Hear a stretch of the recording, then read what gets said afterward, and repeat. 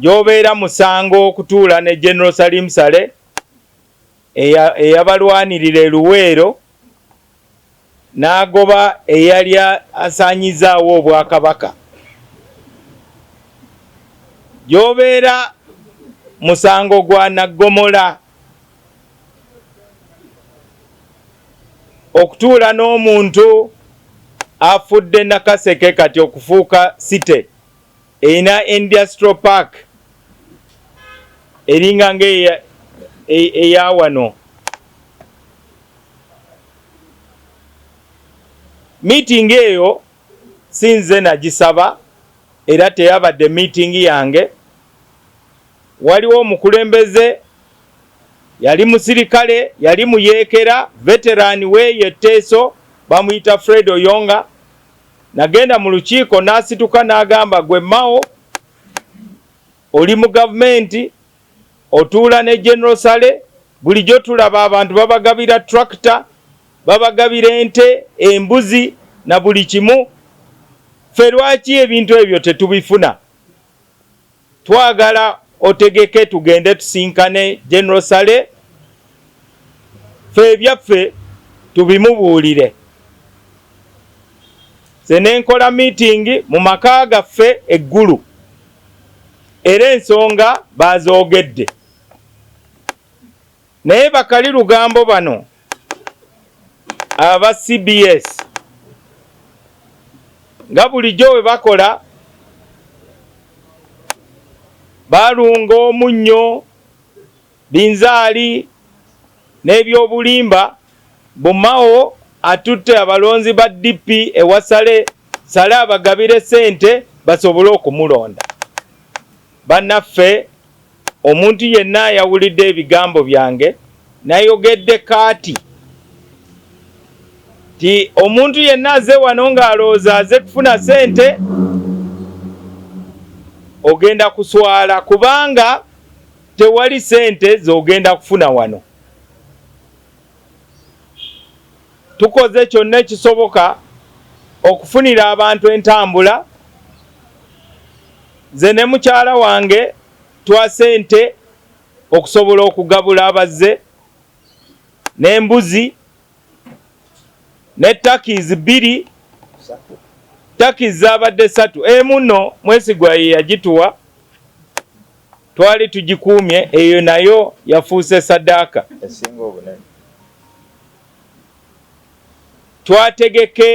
Twasobodde okutegeka olukuŋŋaana olwo, abakulembeze abo beeyogerere, ate bonna tebaabadde ba delegates, ate bonna bubawagizi ba Mao, kuba abawagizi bange abamu abasinga tebazze. Olukuŋŋaana lwabadde lwa economics oba kyewandiise mu Sevenomics. Ekintu ekyo kyazze kubanga abantu bazze bagoberera engeri gyentuulamu ne General Saleh kuviira ddala mu 1996. Yantaasa mu kalulu, banne baali baagala kabba n'abasuuza ekintu era abasinga baamukyawa. Gwe mukwano ogwo, si gwa ssente, si gwa byabufuzi. It is a personal friendship. Nze nakola mulimo gwa lutindo DP nga baagala kukola kavuyo ku kitebe. Embeera eyo tetandise leero. Ne mu kalulu akaayita 2020 waliwo ekibinja ekyajja wano ne kimenya endabirwamu nga bo bagamba baagala Bobby Mao. Abantu abo tubamanyi. Mukimanye nti DP weeri kati waliwo ebibiina ebipya ebitalina bantu, naye byo birowooza tibisobola okufuna abawagizi okuva mu kibiina kya DP. bataddemu ne sente mu kalulu ak'okulonda obukulembeze obujja mu kibiina kya Democratic Party. Kati ekizibu kyabwe kiri kimu kyokka, ti DP ekulemberwa musajja eŋŋwaŋŋuli ayitibwa Norbert Mao. Balina okukola kyonna ekisoboka bamugyewo basobole okuvuga DP nga we baagala. Awo we wali obuzibu, kubanga w'obuuza omuntu yenna ky'omusango gwa Mao weguliwa, jagamba Mao mubi nnyo, yatuzimbira ekitebe. Mao mubi nnyo, kati tulina ebyapa 3 wakati mu kibuga, ate nga teyasanga yadde kapuloti katooyi ng'akutte obukulembeze. Mao mubi nnyo, asobodde okutendeka abavubuka ba DP. Mao mubi nnyo, yasanga tetulina omubaka wa IALA, kati tubalina. Mubi nnyo, yasanga ba MP 6 twagenda ne tuweza 15, era tusuubira mu kalulu akaddako tuyinza n'okugenda mu 50, kubanga weebali tubalaba. Ate nga tusobodde okutambula na buli omu. Eyo yembeera gye tutambuliramu. Ne mu kibiina ky'abannaffe ba NRM mulimu abanene abamu abafunye okukankana lwakuba Mao ayingiddewo asembedde n'ekintu kyabwe. Kubanga oluusi otunuulira obukulembeze nga weebuli ne bwebuuza ti Uganda egenda kukyuka, naye line-up eddako y'abaani? Tewali gw'obuuza mu Uganda n'atayogera linnya lya Norbert Mao.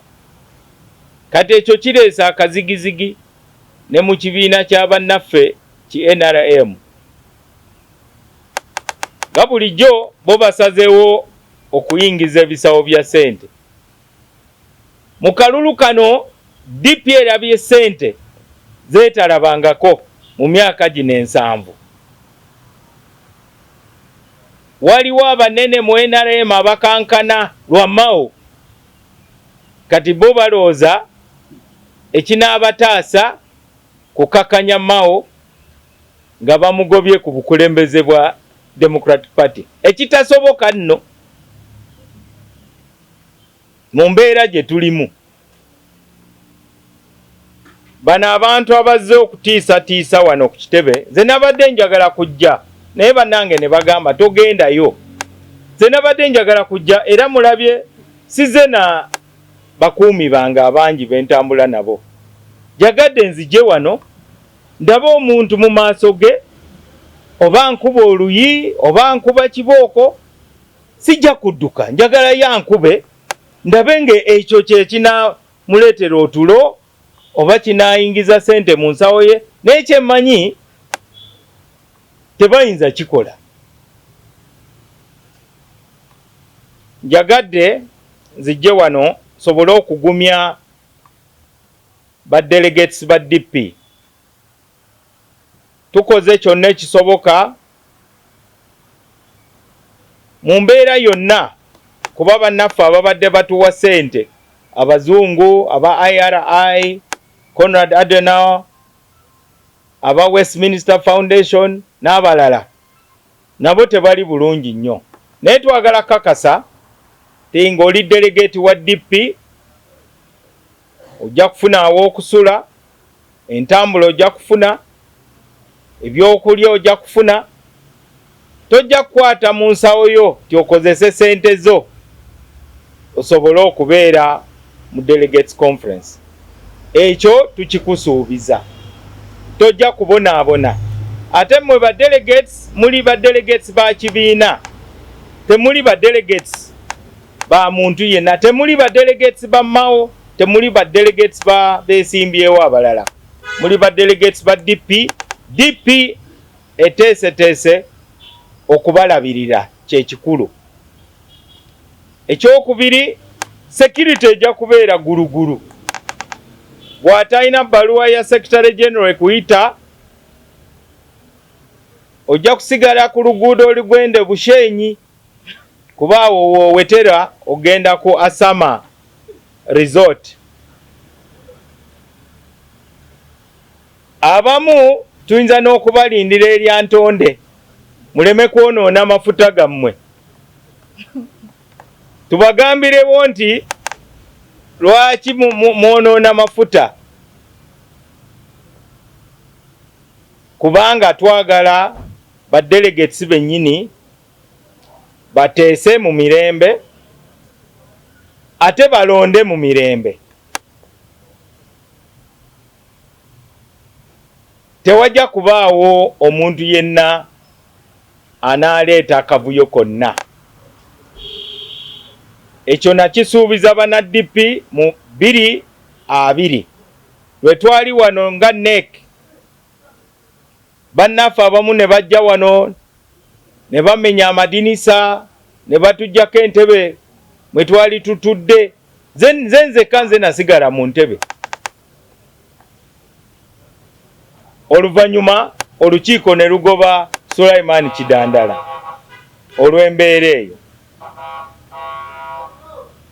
Ku lunaku olwo nategeeza bannaddipi ti ekintu ekyo tekijja kuddamu kulabika ku kitebe kya Democratic Party, era tekijja kulabika. Twagala ba delegates naddala abapya bajje banyumirwe delegates conference, bawulire ti DP enyuma abayimbi weebali. Waliwo bannaddipi abafunye essanyu ne batugabira n'ente, kuba bo baali balowooza nti oba ekibiina kiriddayo ddi embalala okuzuukusa Abanyankole, kati bazuukuse bagenda kutukyaza. Abavubuka mujja kuddayo munyumye. Ensonga ey'okubiri y'ensonga bannaffe bakali lugambo ba CBS abakedde okunkubira essimu nga bambuuza nnyini gy'obeera musango okutuula ne General Salim Saleh eyabalwanirira e Luweero n'agoba eyali asaanyizaawo obwakabaka. Gy'obeera musango gwa Naggomola okutuula n'omuntu afudde Nakaseke kati okufuuka site erina industrial park eringa eya wano. Meeting eyo sinze nagisaba era teyabadde meeting yange.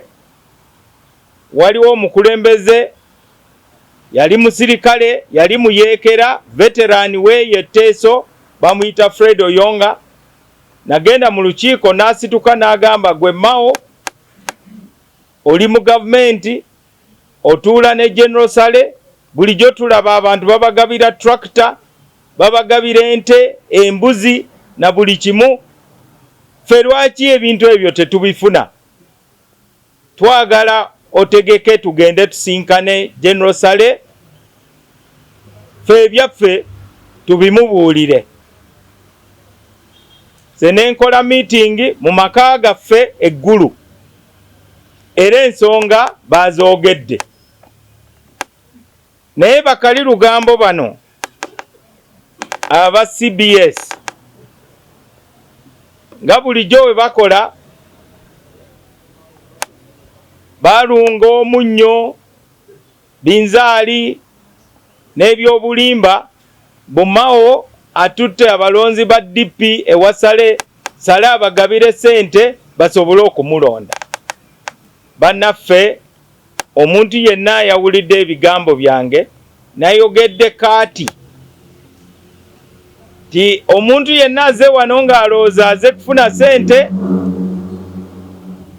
ogenda kuswala, kubanga tewali sente zogenda kufuna wano. Tukoze kyonna ekisoboka okufunira abantu entambula. Ze ne mukyala wange twa sente okusobola okugabula abazze n'embuzi ne takizi 2 takizi zabadde 3 emuno Mwesigwa ye yagituwa twali tugikuumye eyo nayo yafuuse saddaaka esinga obunene. twasobodde okutegeka olukuŋŋaana olwo abakulembeze abo beeyogerere ate bonna tebaabadde ba delegates ate bonna bubawagizi ba Mao kuba abawagizi bange abamu abasinga tebazze. Olukuŋŋaana lwabadde lwa economics oba kyewandiise mu Sevenomics.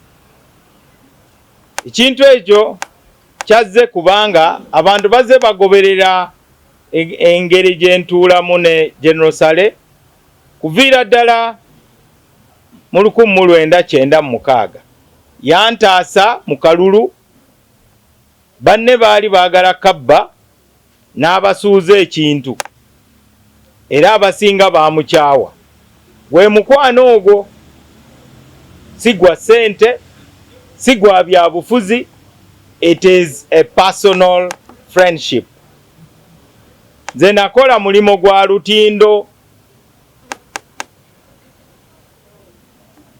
timawa tutte ba delegates General Sale abawe sente era mubuuze ba delegates abagenzeeyo nti mwafunye meka bajja kubabuulira.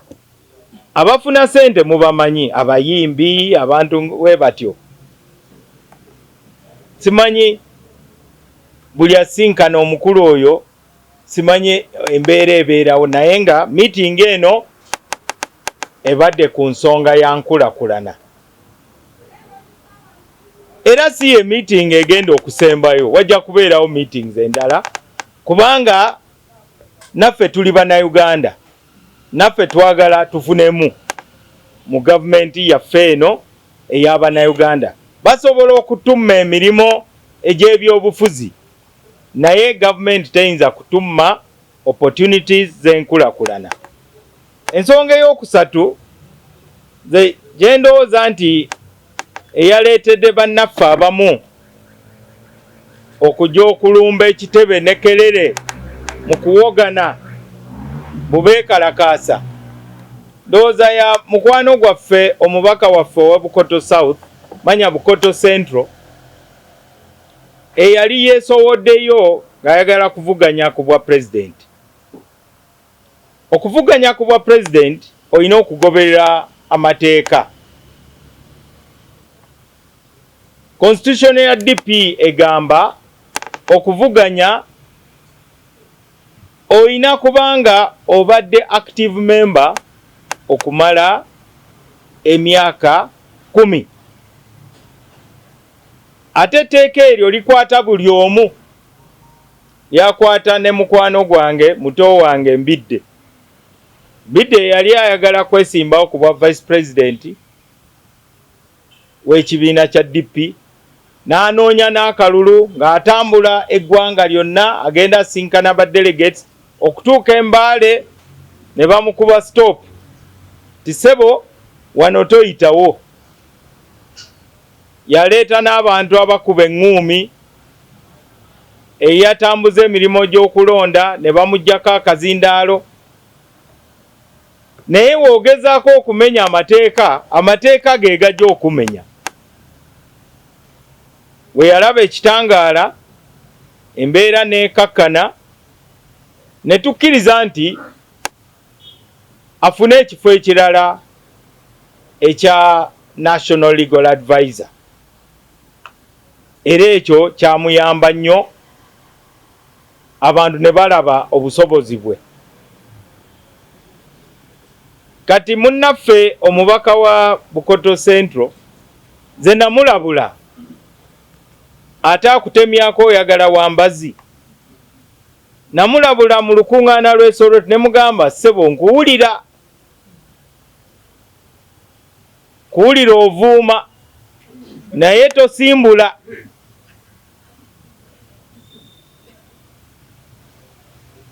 Naye lwakuba ayina abamuwaga ng'ate abamu bali mu NRM nga projekiti yakusuula Mao lw'okuba Mao abasuza batunula, ye n'alowooza nti amateeka tegajja kumukwata.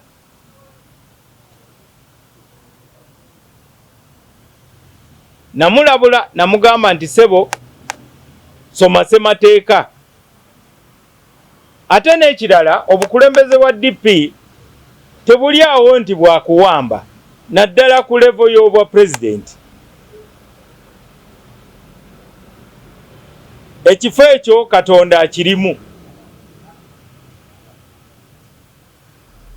N'olwekyo omuntu yenna alowooza nti ajja kupangisa abantu bajje bawogane bakole kino na kiri, ekyo tekikyusa ssemateeka. Eyo si embeera gye tugenda okutambuliramu. Njagadde mutegeere kyekireetedde bannaffe abamu okugezaako okujja okwekalakaasa. Balina kwewozaako kubanga balidde ssente z'abendi, balina kukola accountability. Ssebo naawe watulabye twagezezaako. Njagadde nnyonnyole ensonga ezo essatu. Ensonga esooka yeyo kugumya ba delegates n'okubategeeza nti bo bagenyi ba DP si bagenyi ba candidate yenna. Ekyokubiri okusobola okunnyonnyola ku meeting eyabadde eggulu n'omukulembeze wa Operation Wealth Creation. Bannaffe abamu mu mawulire ababadde batandise okuyingizamu ebitali bituufu naddala nga beesigamye ku ŋŋambo z'abantu. Meeting teyabadde yakyama, abantu bayingidde n'amasimu gaabwe ne barikodinga ne bakola ne video beeyogeredde, era meeting yabadde misana tuku, era si yegenda okusembayo kubanga Uganda tegenda kuggwawo leero.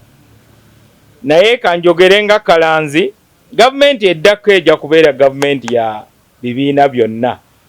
N'abatwogerera kati bayogera lulimi lwa DP: transition, national dialogue, national reconciliation, constitutional reforms. Ebyo bigambo byaffe nyini baagala kubitusuuza bo bajje bakulembere, naye batusanze tulaba. Ffe nga DP tuli ntugga, tumaze okulengera ebisolo ebirala ebimpi temubuuza ti DP ekoze etya, mugoberere, era ndaba mugoberera. Ekyokusatu njagadde okunnyonnyola ku lwaki bannaffe abamu baagala kuteekawo embeera ti waliwo oba omupango ogujja abantu abamu mu kalulu ka DP. Omupango ogwo tegusobola kubeerawo. Olaba ne General Salemu nnyini baali bamuwadde obwa minisita, amateeka tebaamugoba. Badde neerabidde ne Seya Haji Nassan Ntegese Bagala, minisita wa Fort Portal. Mumujjukira yagendayo ne bamugamba ssebo okusinziira ku mateeka toyina bisaanizo. N'olwekyo omuntu yenna ayagala okulembera DP, DP teyina gyeraga. DP weeri enkya leero n'okwosa enkya ejja kubeerawo lubeerera paka Yezu lwalidda okweddiza obukulembeze bwonna mu ggulu ne mu nsi. Omuntu yenna abeere mukkakamu, obanga oli wa kugikulembera ojja kikulembera kubanga ojja kisanga. Muve mu by'okupapa. Abantu mwenna abampuliriza musale pressure.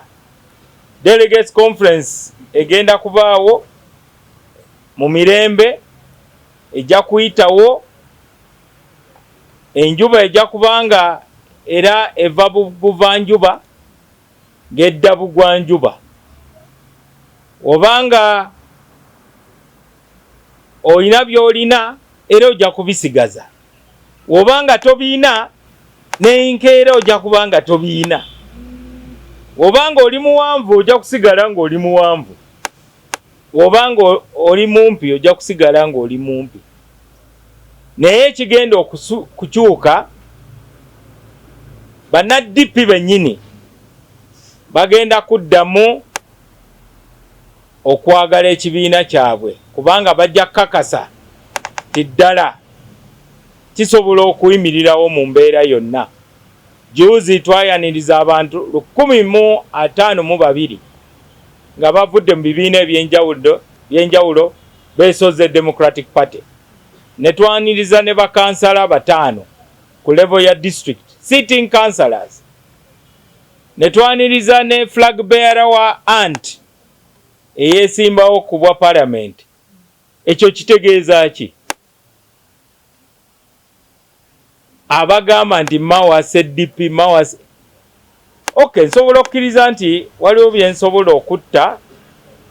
Nsobodde okutta obusosoze mu DP n'ebyokusosola mawanga mu DP, ebyo byo nabise era tebijja kuzuukira mu Democratic Party. Bigezaako okuzuukira naye tebijja kuzuukira.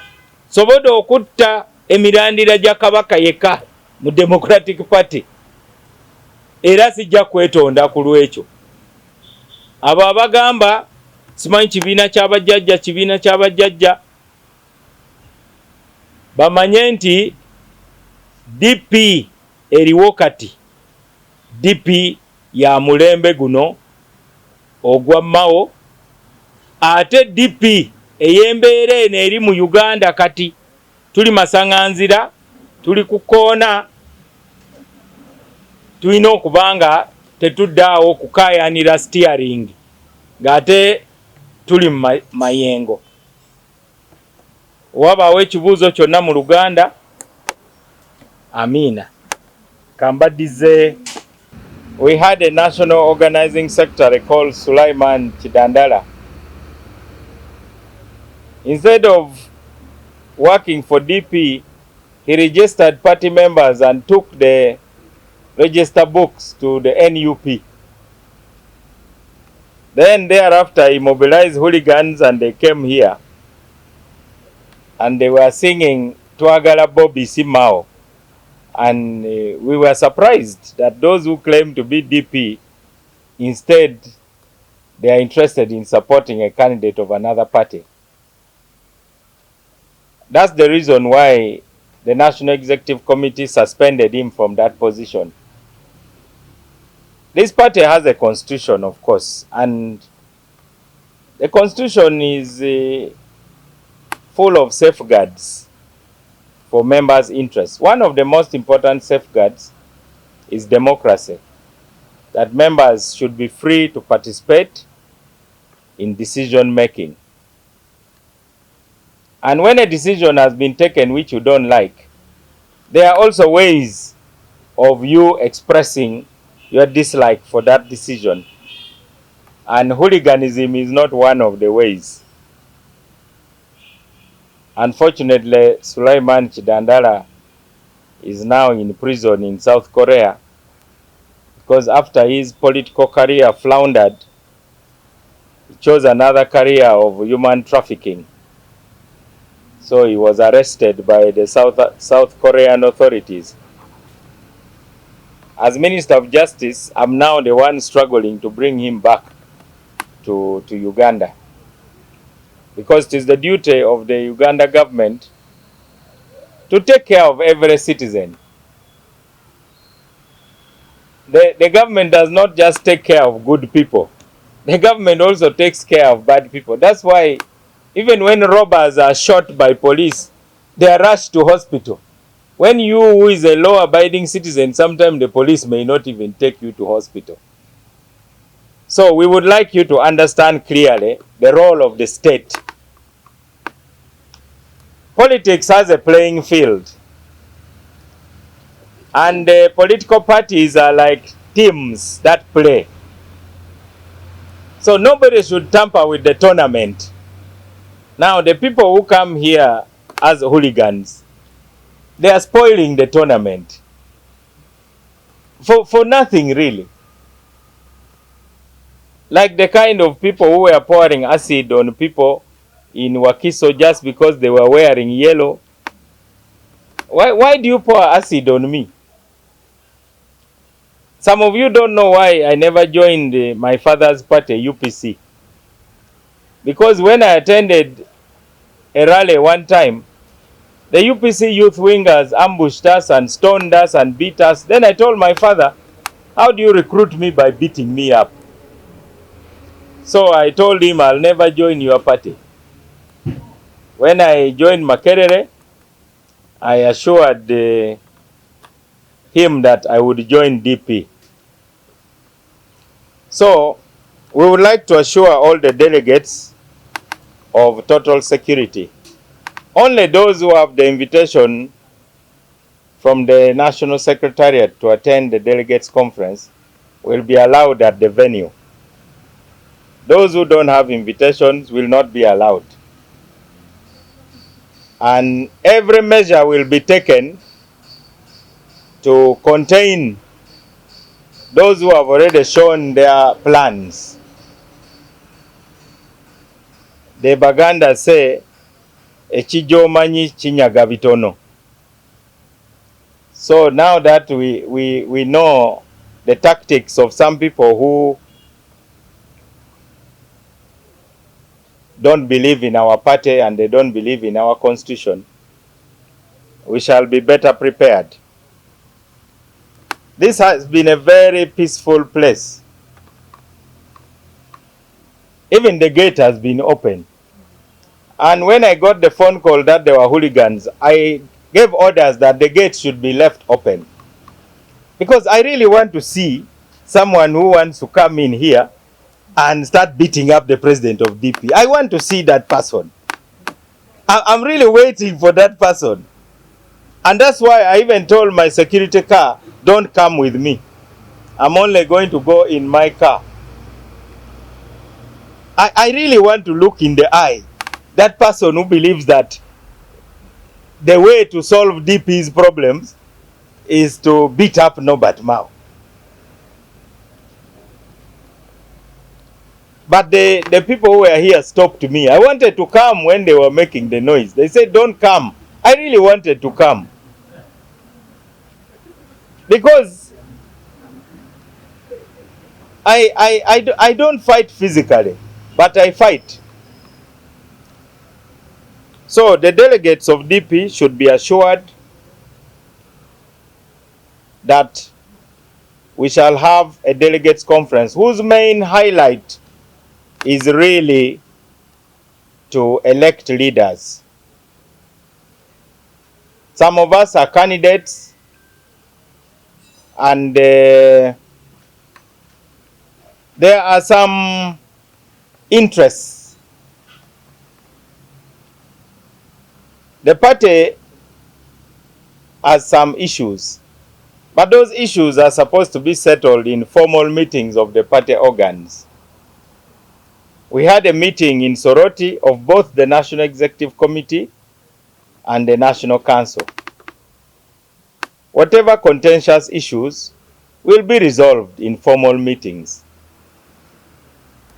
All the members of the party actually obey the constitution. But there are a handful of people. In our party, we call them the Kabaka Yeka.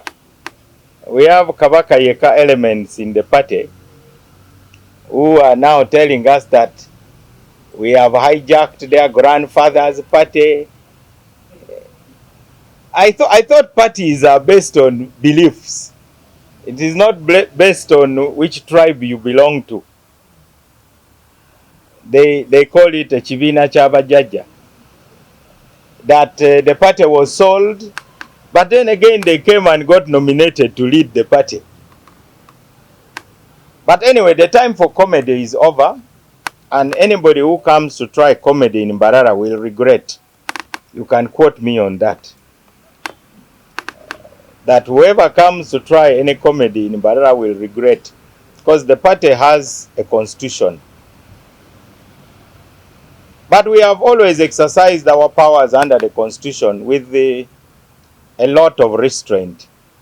We have never expelled anybody. We have never suspended anybody without a process. Even somebody like Betty Namboze, we appointed a full committee to investigate her activities. Some have had ideas are being promoted by some extremists. Finally, the purpose of DP right now is really to save Uganda from extremism in politics. And there's extremism on both sides. There's extremism in the ruling party. There's extremism in the so-called opposition. We have to save our country from extremism. I personally believe that this country belongs to all of us, and the leaders of the political parties must behave responsibly, like a team of doctors that are saving the life of a dying patient, a patient that is critically ill. Obviously, DP needs healing, but unfortunately some people want to inflict more injuries on DP, like these hooligans who came here. Of course, the country also needs healing. That's why you had the president recently, the other day, giving a heartfelt apology. That's not the first time he has done it. You journalists remember when Uganda was celebrating the Jubilee, 50 years, he led the country in a prayer of repentance. Again, he has led the way to repent. That means the head of state recognizes that there's need for national healing. And DP is the party that is leading national healing, because we have suffered more than any other party. Per capita, we have lost more leaders killed because of bad politics. So the team I lead, the leaders of DP, are committed to fighting what in Swahili is called siasa mbaya, bad politics. It is our duty to fight bad politics so that we have good politics.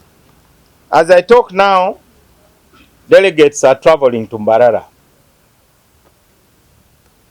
And the majority of the DP delegates understand the Uganda we are in. They understand that this is not the time to fight for the steering of the party, because we are in a lot of turbulence. DP is not going anywhere. Those who are qualified to lead it will lead it, because it is going to be around. And nobody can kill DP. Nobody can sell DP. Nobody can hijack DP. And in DP, you don't become a leader through violence. It has never happened, and it will never happen. So we really regret what happened, but we shall take appropriate measures. After all, we know the people who are behind these machinations. The party constitution has provisions that will deal with them. The other issue which I have been asked to comment about by some journalists regards the meeting that was held at our home in Gulu. Some DP leaders gathered in Gulu.